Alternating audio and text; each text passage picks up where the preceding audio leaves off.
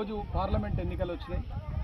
ఈ పార్లమెంట్ ఎన్నికల్లో గౌరవ మన తొలి ముఖ్యమంత్రి బీఆర్ఎస్ పార్టీ అధ్యక్షులు కేసీఆర్ గారు ఒక మంచి వ్యక్తిని, ఒక గొర్రెల కాపరి కుటుంబానికి సంబంధించినటువంటి మనిళ్ళలో పుట్టిన బిడ్డగా క్యామ మల్లేశం గారిని ఎంపీగా అభ్యర్థిగా నిలబెట్టిండు.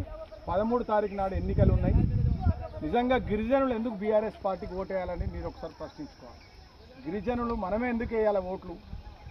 గతంలో కాంగ్రెస్ పార్టీకి వేసినాం.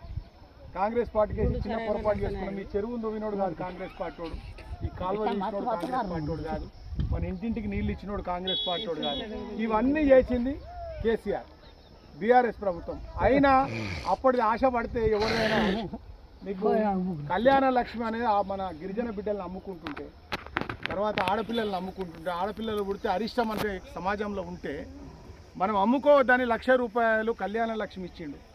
మనం కళ్యాణ లక్ష్మి వెయ్యి ₹1,00,000 ఇవ్వగానే ఈడేం చేసిండే మా అమ్మ లెక్కలందరూ కూడా డబ్బున పోతే వాటర్ తులం బంగారం ఇస్తామన్నా. కానీ అమ్మ తులం బంగారం వస్తుందట, కమ్మలు చేపించుకుందామా, బుట్టాలు చేపించుకుందామా, ఇంత అవి చేయించుకుందామా అని బుట్ట పడ్డాడు.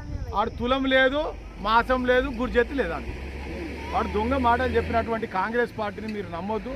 ఎందుకంటే చిన్న చిన్న తండాలను, గిరిజన తండాలను గ్రామ పంచాయతీలు చేసినటువంటి వ్యక్తి మన కేసీఆర్ గారు.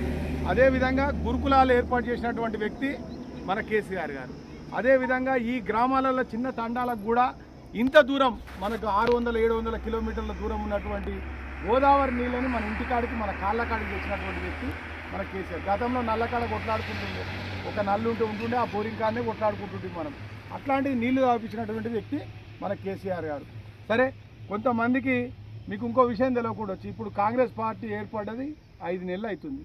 మన గిరిజన బిడ్డకు ఎవరికన్నా మంత్రి పదవి ఇచ్చినాడమ్మా? ఆ రోజు సత్యవతి రాథోడ్ మహబూబాద్ గిరిజన బిడ్డకు, మన లంబాడి బిడ్డకు మంత్రి పదవి ఇచ్చి ఆమెను నిలబెట్టి మీ అందరికీ చేసిండు. అదేవిధంగా హైదరాబాద్లో 5 ఎకరాల స్థలం ఇచ్చి 50 కోట్ల రూపాయలతోటి మీకు భవనాన్ని సారే కావాలంటున్నరే, తెలంగాణ పల్లెలల్లా మల్ల కారే రావాలంటున్నరే, తెలంగాణ జిల్లాలల్లో సారే కావాలంటున్నరే, తెలంగాణ పల్లెలల్లా మల్ల కారే రావాలంటున్నరే, తెలంగాణ జిల్లాలల్లో. ప్రత్యేక రాష్ట్రం తెచ్చినోడు, పండుగల్లే పల్లెకొచ్చినోడు, జనమంతా జై కొట్టి పలికండి పేరు జనము బిడ్డ మన కేసీఆర్. సారే మన సారే చల్ సారే కావాలంటున్నరే, తెలంగాణ పల్లెలల్లా మల్ల కారే రావాలంటున్నరే, తెలంగాణ జిల్లాలల్లో.